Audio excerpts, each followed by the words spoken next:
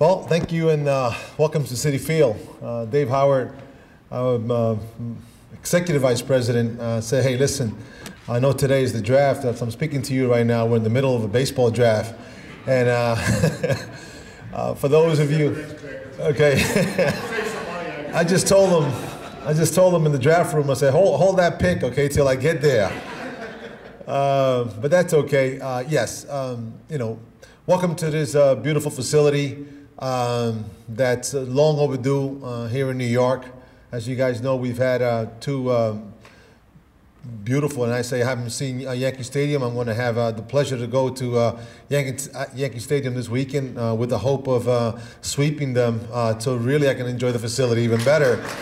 But after a very good game last night and the fact that we had the first day of the draft, it just so happened that in the ninth inning, we were just about to draft our first player. And I'm going between two rooms watching K-Rod finish that inning off. And during the draft, saying, who are we going to get? We eventually ended up drafting a kid here from Long Island, a left-handed pitcher.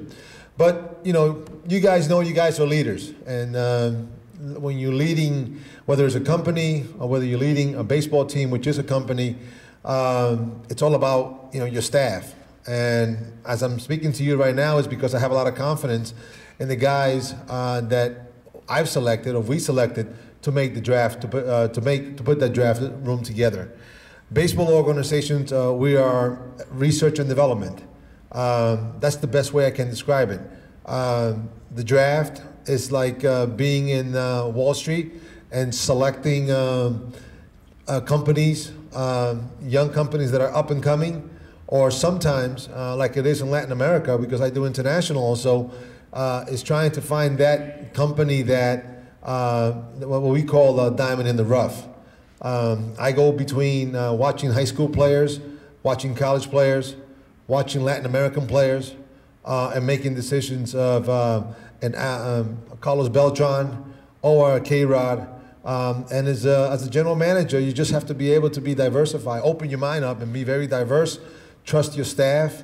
And if whatever company you operate, I'm pretty sure it's a successful company and the reason you're here, but you don't have to deal with FAN every day, I can guarantee you that. So whenever you make a mistake, you don't have to hear them say, hey, Omar is a bum. Omar, you should trade this guy. So that's part of my job, and that's okay, As a kid that grew up here in New York, I understand that's part of it. It's part of the beauty of New York. It's part of the excitement of New York is, it's baseball. New York is connected. It's, there's a reason why there was 3 teams here one time. There's only 2 now. And we love it, but what I do on the baseball front is similar to what you guys do, and I think the formulas of success are pretty much the same. Have a plan, keep it simple, trust your staff, trust, I don't care what business you work in, people have to trust you, and you have to trust them. If you can, those formulas are in place, the reality is with hard work, they'll be successful. So with that, I just want to open it up to any questions that you may have for a baseball general manager. I'm usually not like being behind this thing. I'm kind of one of the guys that like to walk around and use my hands and those type of stuff. So I feel much better now. Yes?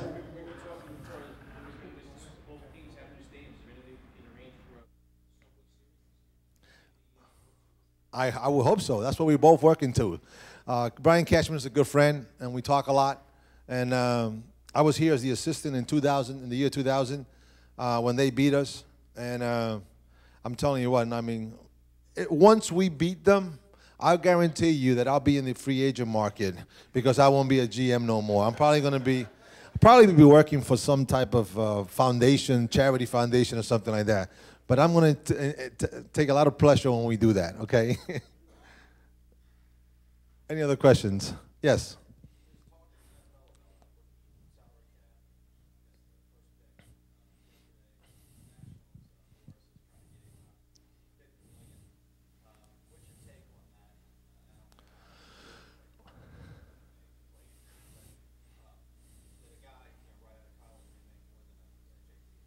Well, for me, uh, in the idea from a management standpoint, you would like to be able to have a salary cap. And I say this, a rookie salary cap.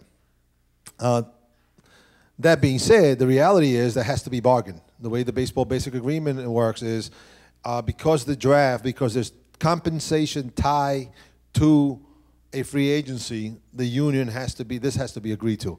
I think we can eventually get to an agreement with the union, but at the same time, when we get there, we probably have to give up something. Does it mean that a free agent, so if you lose a free agent, you won't have compensation? Probably. But I think that it works better that way if we can get to some type of form of salary cap. And I say salary cap on the, I don't know if, I have a tough time seeing that we'll ever have a salary cap with a Major League payroll.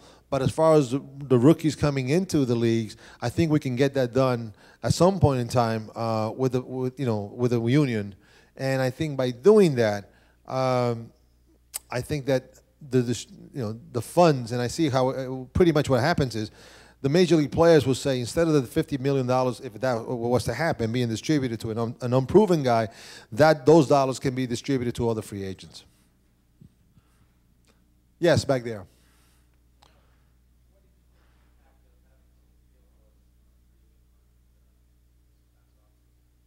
Well, I think it's huge. I think it's huge because, first of all, it gives us the ability, because of the field, the ability to, generate greater revenues.